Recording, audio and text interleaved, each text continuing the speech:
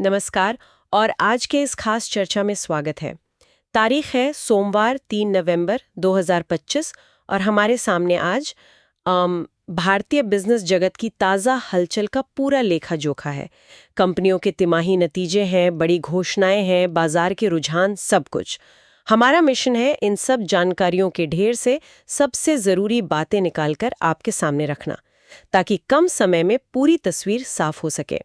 आज बाजार में कई रंग देखने को मिल रहे हैं। एक तरफ सीमेंट कंपनियां हैं जिनका मुनाफा मतलब आसमान छू रहा है। दूसरी तरफ कुछ दिग्गज कंपनियां उम्मीद से थोड़ा पीछे रह गईं। ऑटो सेक्टर में रिकॉर्ड बिक्री है तो बैंकिंग में सरकारी बैंकों की चांदी है। चलिए इन सब पर एक गहरी नजर डालते हैं। बिल्कुल।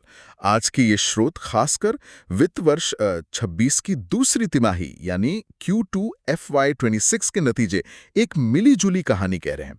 कुछ सेक्टर्स जैसे आपने कहा सीमेंट और सरकारी बैंक वाकई चमक रहे हैं। लगता है घरेलू मांग और बेहतर प्रदर्शन का नतीजा है। वहीं कुछ कंपनियों पर पिछले साल के ऊंचे बेस या फिर वैश्विक दबाव का असर दिख रहा है। ये जो 3 नवंबर को आंकड़े आ रहे हैं, ये हमें अर्थव्यवस्था की मौजूदा नब्ज समझने में काफी मदद करते हैं। तो सबसे पहले इन नतीजों की ही बात करते हैं। आज तो आंकड़ों की बरसात हुई है। सबसे ज्यादा चौंकाने वाले आंकड़े शायद सीमेंट सेक्टर से आ रहे हैं। अंबुजा सीमेंट्स का मुनाफा 4 गुना बढ़कर 2,302 करोड़ रुपए। ये तो कमाल है। हाँ, अंबुजा का प्रदर्शन असाधारण है। सिर्फ मुनाफा ही नहीं, उनका राजस्व और बिक्री की मात्रा वो भी रिकॉर्ड स्तर पर है। और इसी सेक्टर में देखिए, ओरिएंट सीमेंट नेट प्रॉफिट 2000% से ज्यादा उछलकर 49 करोड़ पर पहुंच गया। ये सीमेंट सेक्टर में एक मजबूत ट्रेंड की तरफ इशारा करता है शायद। बढ़ते इंफ्रास्ट्रक्चर खर्च और रियल एस्टेट की मांग का नतीजा हो सकता है। सही। और सिर्फ सीमेंट ही नहीं, कुछ कंपनियों ने घाटे से मुनाफे का सफर भी तय किया है। जैसे वॉकहार्ट फार्मा 78 करोड़ के नेट प्रॉफिट के साथ घाटे से बाहर आ गई है। उनका शेयर भी आज 12% उछला। और महिंद्रा लाइफ स्पेस भी पिछले साल 14 करोड़ का घाटा था, इस तिमाही 47.9 करोड़ के मुनाफे में है। बिल्कुल, ये टर्नअराउंड कहानियां महत्वपूर्ण हैं। ये दिखाती हैं कि कंपनियां मुश्किल दौर से उभर रही हैं। शायद पुनर्गठन या बेहतर बाजार स्थितियों के कारण ये संभव हुआ है।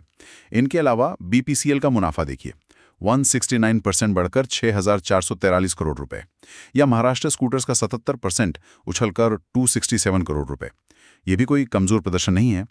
अरविंद फैशन और थांगमेल ज्वेलरी जैसे नाम भी अच्छी ग्रोथ दिखा रहे हैं। थांगमइल ज्वेलरी, उन्होंने तो अक्टूबर में 1,032 करोड़ का रिकॉर्ड राजस्व भी दर्ज किया। और अजंता फार्मा 20% मुनाफे के साथ 260 रुपीस करोड़, उन्होंने 28 रुपीस प्रति शेयर का डिविडेंड भी घोषित किया है। शेयरधारकों के लिए तो अच्छी खबर है। निश्चित रूप से इन अच्छे नतीजों के पीछे कई कारण हो सकते हैं। त्योहारी सीजन की मजबूत मांग एक बड़ा फैक्टर है। एक रिपोर्ट तो $68 बिलियन के फेस्टिव खर्च का जिक्र कर रही है। और हाँ, हालिया जीएसटी कटौती ने भी खपत को बढ़ाया होगा। और बेशक कंपनियां अपनी परिचालन क्षमता भी सुधार रही हैं। सार्वजनिक क्षेत्र के बैंक्स यानी पीएसयू बैंक्स, उन्हें भी देखिए। बैंक ऑफ बड़ौदा और कैनरा बैंक के अच्छे नतीजों ने निफ्टी पीएसयू बैंक इंडेक्स को 2% से ज्यादा चढ़ा दिया। बैंक ऑफ बड़ौदा का शेयर तो आज 292.75 के रिकॉर्ड स्तर पर पहुंच गया है। लेकिन जैसा आपने शुरू में कहा था, तस्वीर मिली-जुली है। कुछ बड़े नामों के लिए तिमाही उतनी अच्छी नहीं रही। टाटा केमिकल्स का मुनाफा 60% घटकर सिर्फ 77 करोड़ रुपए रह गया। इतना कम, क्या वजह हो सकती है? हर कंपनी की अपनी चुनौतियां होती हैं, जी। है ना? देखिए, एसबीआई के नतीजों का प्रीव्यू भी बहुत उत्साहित करने वाला नहीं लग रहा। विश्लेषकों का मानना है कि ग्रोथ सपाट रह सकती है या मुनाफा 3% से 17% तक घट सकता है। 17% तक की गिरावट? हाँ, लेकिन एसबीआई तो लगातार अच्छा प्रदर्शन कर रहा था। ये थोड़ा चौंकाने वाला है। या? देखिए, मुख्य वजह पिछले साल का असाधारण रूप से ऊंचा बेस है। तब उन्होंने 18,331 करोड़ का रिकॉर्ड मुनाफा कमाया था। उस तुलना में सपाट या थोड़ी गिरावट भी उतनी बुरी नहीं है, पर हाँ, बाजार की उम्मीदें शायद ज्यादा थी। कुछ और कंपनियां भी हैं, जैसे एसवी ग्लोबल मिल 0.71 करोड़ का घाटा, स्टैंडर्ड इंडस्ट्रीज 6.65 करोड़ का घाटा, इन्होंने भी घाटा दर्ज किया है। और ककातिया सीमेंट का जो 414 करोड़ का बड़ा घाटा है, वो तो एकमुश्त सेटलमेंट के कारण है जो उन्होंने टीजी ट्रांसको के साथ किया। तो वो एक अलग मामला है। अच्छा, और एफएमसीजी सेक्टर का क्या हाल है? आपने गोदरेज कंज्यूमर प्रोडक्ट्स जीसीपीएल का जिक्र किया था कि उन्हें जीएसटी ट्रांजिशन से जुड़ी दिक्कतें हुई। हाँ, जीसीपीएल ने माना कि Q2 में जीएसटी बदलावों के कारण कुछ दिक्कतें आई थीं, लेकिन उनका कहना है कि अब वो मुद्दे सुलझ गए हैं और वे वित्त वर्ष की दूसरी छमाही यानी H2 में बेहतर प्रदर्शन की उम्मीद कर रहे हैं। इसी तरह महिंद्रा एंड महिंद्रा के ऑटो नतीजों के प्रीव्यू में भी मजबूत बिक्री के बावजूद मुनाफे पर दबाव की आशंका जताई गई है, शायद बढ़ते डिस्काउंट्स और ईवी सेगमेंट में निवेश के कारण। तो साफ है, हर सेक्टर और हर कंपनी की अपनी अलग कहानी चल रही है। चलिए अब कुछ खास सेक्टर्स पर और गहराई से नजर डालते हैं। ऑटो सेक्टर से शुरुआत करते हैं। अक्टूबर महीना तो बिक्री के रिकॉर्ड बना गया। बिल्कुल, ऑटो सेक्टर में त्योहारी सीजन और जीएसटी कटौती का असर साफ दिख रहा है। मारुति की बिक्री 7% बढ़कर 2.2 लाख यूनिट्स हुई। बजाज ऑटो के कुल बिक्री 8% बढ़कर 5.18 लाख यूनिट्स। हीरो मोटोकॉर्प ने तो वाहन रजिस्ट्रेशन के आंकड़ों के अनुसार करीब 10 लाख रिटेल बिक्री की है। ये बहुत बड़ा आंकड़ा है। वीएसटी टिलर्स की बिक्री 89% और एसएमएल इशूजू की 32% बढ़ी। ये आंकड़े बताते हैं कि ग्राहकों के जेब में पैसा आ रहा है और वो खर्च करने को तैयार हैं। कम से कम ऑटो सेक्टर में तो यही दिख रहा है। मारुति को उम्मीद है कि जीएसटी कटौती से छोटी कारों की बिक्री एसयूवीज से ज्यादा तेजी से बढ़ेगी। क्या ये ट्रेंड दिख रहा है या अभी एसयूवीज का ही बोलबाला है? ये देखना दिलचस्प होगा। अभी तो देखिए, एसयूवीज का क्रेज तो बना हुआ है, लेकिन मारुति का अनुमान है कि किफायती सेगमेंट में मांग लौटेगी। वाहन डेटा भी नवरात्रि के दौरान पैसेंजर व्हीकल में 23% और टू व्हीलर में 22% की मजबूत ग्रोथ दिखा रहा है। तो कुल मिला के ऑटो सेक्टर अभी रफ्तार में है, इसमें कोई शक नहीं। सही।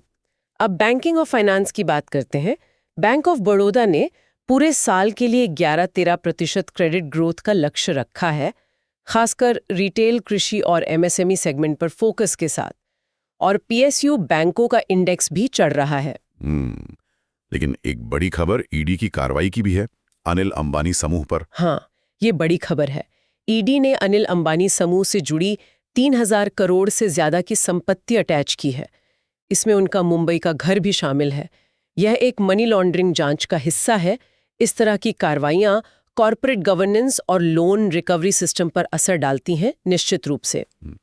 दूसरी तरफ बीओबी का जो ग्रोथ टारगेट है वो दिखाता है कि बैंक अर्थव्यवस्था के किन हिस्सों में अवसर देख रहे हैं, मतलब रिटेल, कृषि, छोटे उद्योग। और पीएसयू बैंकों की रैली के पीछे अच्छे नतीजे तो हैं ही, पर कुछ रिपोर्ट्स के अनुसार विदेशी स्वामित्व की सीमा 20% से 49% तक बढ़ाने की अटकलों का भी शायद कुछ हाथ हो सकता है। अच्छा, फाइनेंस सेक्टर में और क्या हलचल है? कुछ और भी चल रहा है। हाँ, काफी कुछ है। श्रीराम फाइनेंस जैसी बड़ी एनबीएफसी में जापान के एमयूएफजी बैंक द्वारा 20% हिस्सेदारी खरीदने की बातचीत चल रही है। ये एक बड़ा सौदा हो सकता है। अशोक लेलैंड ने डीलर फाइनेंसिंग के लिए पीएनबी के साथ पार्टनरशिप की है और क्रेडिट कार्ड कंपनियां ग्राहकों को लुभाने के लिए बाय वन गेट वन जैसे ऑफर दे रही हैं, खासकर मूवी टिकट्स पर। ये सब फाइनेंस सेक्टर में चल रही गतिविधियों और उपभोक्ता खर्च को बढ़ाने के प्रयासों को दर्शाते हैं। चलिए सीमेंट सेक्टर पर वापस आते हैं। अंबुजा ने तो रिकॉर्ड बनाए। उनके आंकड़े वाकई प्रभावशाली हैं। हाँ, अंबुजा ने Q2 में अपना अब तक का सबसे ज्यादा राजस्व दर्ज किया, 9,174 करोड़ रुपए, और बिक्री भी 16.6 मिलियन टन। ये पिछले साल से 20% ज्यादा है। इतना ही नहीं, उन्होंने वित्त वर्ष 2028 के लिए अपनी उत्पादन क्षमता का लक्ष्य भी बढ़ा दिया है। पहले 140 MTPA था, अब 155 MTPA कर दिया है। MTPA यानी मिलियन टन प्रति वर्ष। ये उनकी महत्वाकांक्षा और बाजार में उनके भरोसे को दिखाता है। उनका EBITDA प्रति टन यानी हर टन सीमेंट बेचने पर होने वाला ऑपरेटिंग प्रॉफिट, वो भी 32% बढ़कर 1,060 रुपए हो गया है। ये उनकी बढ़ती कुशलता का संकेत है। और NCL इंडस्ट्रीज भी, वो आंध्र प्रदेश में नया प्लांट लगाकर अपनी क्षमता 3.30 MTPA से 4.00 MTPA कर रही है। तो क्या ये माना जाए कि रियल एस्टेट सेक्टर अब बस उड़ान भरने वाला है? सीमेंट की इतनी मांग है तो। देखिए, सीमेंट की ये मजबूती इंफ्रास्ट्रक्चर पर सरकारी खर्च और रियल एस्टेट में सुधार का संकेत तो है, इसमें कोई दो राय नहीं। लेकिन हमें लोढ़ा डेवलपर्स के CEO अभिषेक लोढ़ा की बात भी ध्यान में रखनी चाहिए। उनका मानना है कि रियल एस्टेट मार्केट अभी पूरी तरह टेक ऑफ नहीं हुआ है, बस गति पकड़ रहा है।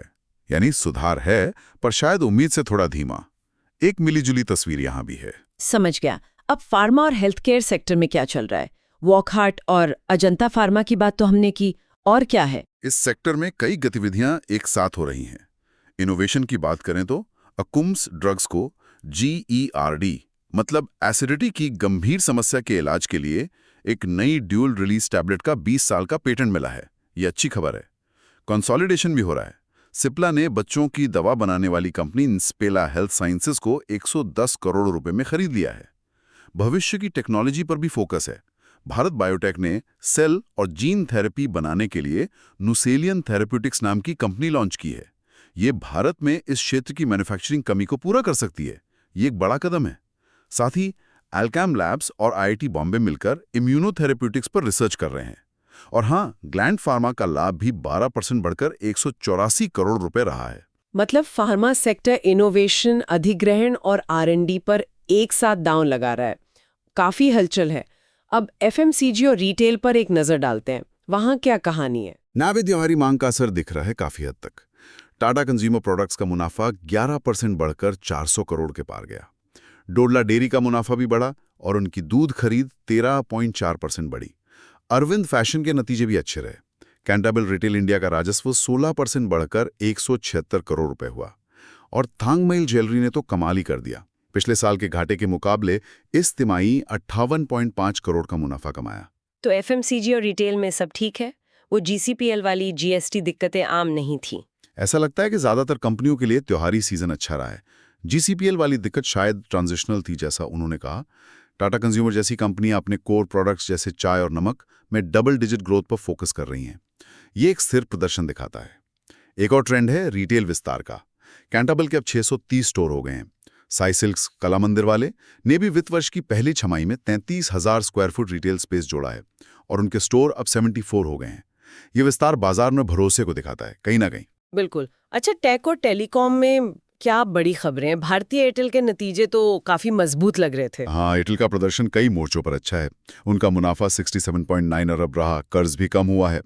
भारत में मोबाइल रेवेन्यू 13.2% बढ़ा, होम सर्विसेज 30.2% और अफ्रीका ऑपरेशन 24.2% स्थिर मुद्रा में। और उनका ARP भी सुधर कर 256 हो गया है। ARP यानी एवरेज रेवेन्यू पर यूजर या प्रति ग्राहक औसत कमाई। ये टेलीकॉम कंपनियों के लिए एक बहुत महत्वपूर्ण मैट्रिक है। 256 काफी अच्छा आंकड़ा है।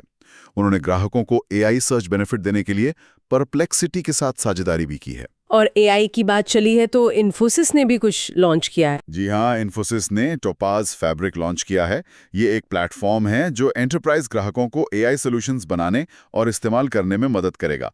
ये दिखाता है कि बड़ी IT कंपनियां AI को कितनी गंभीरता से ले रही हैं और इसे एंटरप्राइज लेवल पर लाने की कोशिश कर रही हैं। उधर इंटेलेक्ट डिजाइन अरीना के शेयर उनके Q2 नतीजों के बाद सिर्फ 4 दिनों में 21% चढ़ गए। ये भी बाजार के सकारात्मक रुझान को दर्शाता है, कम से कम इस शेयर के लिए। लेकिन टेक में आज सबसे बड़ी खबर शायद सेमीकंडक्टर उत्पादन शुरू होने की है। ये तो बहुत बड़ी बात है। बिल्कुल, ये एक मील का पत्थर है, इसमें कोई शक नहीं। केंद्रीय मंत्री अश्विनी वैष्णव ने घोषणा की है कि केन्स टेक्नोलॉजीज और CG पावर के प्लांट्स में सेमीकंडक्टर उत्पादन शुरू हो गया है। ये भारत की आत्मनिर्भरता और तकनीकी महत्वाकांक्षाओं के लिए बहुत बड़ी बात है। इससे न सिर्फ आयात पर निर्भरता कम हो सकती है, बल्कि देश में एक पूरी नई हाईटेक इंडस्ट्री का विकास हो सकता है। ये वाकई ऐतिहासिक है। बिल्कुल। आखिर में रियल एस्टेट पर एक त्वरित नजर। DLF की बिक्री तो शानदार रही गुरुग्राम में। हाँ, DLF ने गुरुग्राम के DLF फेज 5 में द डहालियाज नाम के सुपर लग्जरी प्रोजेक्ट में 221 फ्लैट्स करीब 16,000 करोड़ रुपए में बेच दिए। ये प्रीमियम सेगमेंट में भारी मांग को दर्शाता है। मतलब सुपर लग्जरी फ्लैट्स हाथों हाथ बिक रहे हैं। लोढ़ा डेवलपर्स ने भी Q2 में 4,570 करोड़ रुपए की अच्छी प्री सेल्स दर्ज किए। और श्रीराम प्रॉपर्टीज बेंगलोर के बन्नेरघट्टा रोड पर 350 करोड़ की अनुमानित बिक्री वाला एक नया रेसिडेंशियल प्रोजेक्ट शुरू कर रही है। लेकिन जैसा हमने पहले कहा, अभिषेक लोढ़ा के अनुसार पूरे बाजार को अभी टेक ऑफ कहना शायद जल्दबाजी होगी। तो यहाँ भी तस्वीर थोड़ी मिली जुली है। प्रीमियम सेगमेंट तो अच्छा कर रहा है, लेकिन शायद बाकी बाजार अभी भी गति पकड़ रहा है। समझ गए। नतीजों और सेक्टर ट्रेंड्स के अलावा कॉर्पोरेट जगत में और भी काफी कुछ हुआ है। ED की कार्रवाई, नए IPOs आ रहे हैं, बड़ी पार्टनरशिप्स भी हुई हैं। हाँ, कॉर्पोरेट एक्शन भी बहुत हुए हैं। ED की अनिल अंबानी समूह पर कार्रवाई का जिक्र तो हमने किया। IPO बाजार में भी हलचल है। इस हफ्ते ग्रो और पाइन लैब्स के इश्यूज खुल रहे हैं। ओखला इंडिया IPO का अलॉटमेंट आज शाम तक फाइनल होने की उम्मीद है। ये गतिविधियां निवेशकों के सेंटिमेंट का अच्छा बैरोमीटर होती हैं। बाजार में पैसा आ रहा है या नहीं, ये आईपीओ से पता चलता है। एल&टी ने भी कुछ बड़ी साझेदारियां की हैं, डिफेंस और न्यूक्लियर में। जी, एल&टी डिफेंस और न्यूक्लियर पावर में अपनी पकड़ मजबूत कर रही है, ऐसा लगता है। उन्होंने न्यूक्लियर पावर प्लांट के हीट ट्रांसफर इक्विपमेंट बनाने के लिए अमेरिका की होल्टेक इंटरनेशनल के साथ पार्टनरशिप की है, और मेल ड्रोन्स बनाने के लिए जनरल एटॉमिक्स के साथ। मेल यानी मीडियम एल्टीट्यूड लॉन्ग एंड्योरेंस। ये ऐसे ड्रोन होते हैं जो काफी ऊंचाई पर लंबे समय तक निगरानी कर सकते हैं। एल&टी अब जनरल एटॉमिक्स के साथ मिलकर भारतीय सशस्त्र बलों के 87 मेल आरपीएस प्रोग्राम के लिए मुख्य दावेदार होगी। आरपीएस मतलब रिमोटली पायलटेड एयरक्राफ्ट सिस्टम। अच्छा, अधिग्रहण और नेतृत्व परिवर्तन भी हुए हैं। हाँ, सिप्ला ने इंस्पेरा हेल्थ साइंसेज का अधिग्रहण किया, जिसका हमने फार्मा में जिक्र किया था, और श्री मेटालिक्स ने एसएएल स्टील में प्रेफरेंशियल अलॉटमेंट के जरिए 39.30% हिस्सेदारी ली है। नेतृत्व परिवर्तन की बात करें तो वॉकहार्ट ने पूर्व एसबीआई चेयरमैन ओम प्रकाश भट्ट को इंडिपेंडेंट डायरेक्टर नियुक्त किया है। ये एक बड़ा नाम है। एसवी ग्लोबल मिल में नए सीएफओ आए हैं। वेस्ट लाइफ फूड वर्ल्ड, जो भारत में मैकडॉनल्ड्स चलाती है, उनके सीएफओ हर्षित शाह ने इस्तीफा दिया है। और पीसीबीएल केमिकल में कौशिक रॉय की जगह नीलेश कौल नए एमडी बने हैं। ये बदलाव अक्सर कंपनी की भविष्य की रणनीति में बदलाव का संकेत देते हैं। और कुछ और ध्यान देने लायक खबरें भी थीं, कुछ रेगुलेटरी या गवर्नेंस से जुड़ी। हाँ, एक मामला पर्पल एंटरटेनमेंट का है। उन्होंने अपने एक स्वतंत्र निर्देशक की मृत्यु की जानकारी एसईबी को देने में 42 दिन की देरी कर दी। ये नियमों के समय पर पालन के महत्व को उजागर करता है। महाराष्ट्र सरकार ने जिला सहकारी बैंकों डीसीबीज में स्थानीय लोगों के लिए 70% आरक्षण का फैसला किया है और भर्ती प्रक्रिया को भी केंद्रीकृत किया है, आईबीपीएस, टीसीएस, आयॉन, एमकेसीएल के जरिए। इसका असर उन बैंकों पर पड़ेगा। और मल्टीप्लेक्स कंपनियों के लिए एक बड़ी राहत की खबर है। सुप्रीम कोर्ट ने कर्नाटक सरकार के 200 रुपए के टिकट मूल्य कैप पर रोक लगा दी है। इससे पीवीआर, इनॉक्स जैसे स्टॉक्स को फायदा हो सकता है। इन सब डेवलपमेंट्स का बाजार पर क्या असर दिख रहा है? आपने बताया पीएसयू बैंक इंडेक्स तो कमाल कर रहा। हाँ, निफ्टी पीएसयू बैंक इंडेक्स सितंबर से 24% ऊपर है। ये जबरदस्त रैली है। इसके पीछे अच्छे नतीजे हैं और वो नीतिगत उम्मीदें भी हैं जिनकी हमने बात की, जैसे विदेशी स्वामित्व सीमा बढ़ने की अटकलें। ऑटो सेक्टर की बिक्री ने भी बाजार को सहारा दिया है, इसमें कोई शक नहीं। जीएसटी कटौती और त्योहारी मांग का मिलाजुला असर खपत के आंकड़ों में साफ दिख रहा है। वो 68 बिलियन फेस्टिव स्पेंड का आंकड़ा। हालांकि रेमंड जेम्स के रणनीतिकार मैट ऑटन जैसे विशेषज्ञ अब बाजार में ज्यादा चयनात्मक मतलब सिलेक्टिव होने की सलाह दे रहे हैं। उन्होंने अपनी होल्डिंग आईसीआईसीआई बैंक से घटाकर एचडीएफसी बैंक में बढ़ाई है। ये दिखाता है कि अब हर स्टॉक पर आंख बंद करके पैसा नहीं लगाया जा रहा। तो आगे का रास्ता कैसा दिख रहा है? क्या उम्मीदें हैं, क्या सावधानियां हैं? देखिए, एफएमसीजी कंपनियां साल की दूसरी छमाही में बेहतर प्रदर्शन की उम्मीद कर रही हैं, क्योंकि जीएसटी की शुरुआती दिक्कतें अब पीछे छूट गई हैं, ऐसा वो कह रही हैं। रियल एस्टेट में उम्मीदें हैं, लेकिन थोड़ी सावधानी भी है, जैसा लोढ़ा ने कहा। एक स्रोत ने यूरिया की संभावित कमी का भी जिक्र किया है। खपत उत्पादन से ज्यादा तेजी से बढ़ रही है। ये कृषि सेक्टर और पूरी अर्थव्यवस्था के लिए एक मैक्रो रिस्क हो सकता है, जिस पर नजर रखनी होगी। हाई रिस्क म्यूचुअल फंड में बढ़ते निवेश का जिक्र भी बाजार की मौजूदा अस्थिरता और निवेशकों की जोखिम लेने की क्षमता को दिखाता है। कुल मिलाकर बाजार रिकॉर्ड ऊंचाई के पास है, लेकिन निवेशक अब ज्यादा सोच समझकर कदम उठा रहे हैं, ऐसा लग रहा है। तो आज 3 नवंबर 2025 की इस पूरी चर्चा को समेटें तो लगता है भारतीय बिजनेस जगत में काफी एक्शन है, बहुत कुछ हो रहा है। Q2 नतीजे मिले जुले रहे, सीमेंट, पीएसयू बैंक्स चमके तो कुछ दिग्गज उम्मीद से पीछे रहे। ऑटो बिक्री त्योहारी मांग और जीएसटी कटौती से मजबूत रही है ना? ईडी जांच, आईपीओ, विलय अधिग्रहण और बड़ी साझेदारियों जैसी कॉरपोरेट गतिविधियां भविष्य की दिशा तय कर रही हैं। बिल्कुल सही कहा आपने। आज के स्रोतों से सबसे बड़ी बात यही निकलती है कि मजबूत घरेलू मांग अर्थव्यवस्था को सहारा दे रही है। ये साफ दिख रहा है। लेकिन कंपनियां मार्जिन दबाव, जीएसटी जैसे बदलावों और वैश्विक अनिश्चितताओं से भी जूझ रही हैं। ये भी उतना ही सच है। एल&टी की डिफेंस और न्यूक्लियर डील या भारत बायोटेक का जीन थेरेपी में कदम, ये सब रणनीतिक पहल महत्वपूर्ण है। वहीं ईडी की कार्रवाई और सुप्रीम कोर्ट के फैसले जैसे नियामक कदम भी माहौल बना रहे हैं। और इन सब के बीच वो सेमीकंडक्टर उत्पादन का शुरू होना, वो भविष्य की एक झलक देता है। लेकिन यहाँ एक विचार छोड़ जाते हैं। वैश्विक चिप उद्योग अविश्वसनीय रूप से जटिल और महंगा है, हम सब जानते हैं। भारत ने उत्पादन शुरू तो कर दिया है, लेकिन सिर्फ कम लागत वाली असेंबली से आगे बढ़कर वैश्विक सेमीकंडक्टर सप्लाई चेन में एक वाकई प्रभावशाली और आत्मनिर्भर खिलाड़ी बनने के लिए उसे किन खास तकनीकी क्षमताओं या कहिए कि डिजाइन विशेषज्ञताओं पर ध्यान केंद्रित करना होगा। ये सोचने वाली बात है।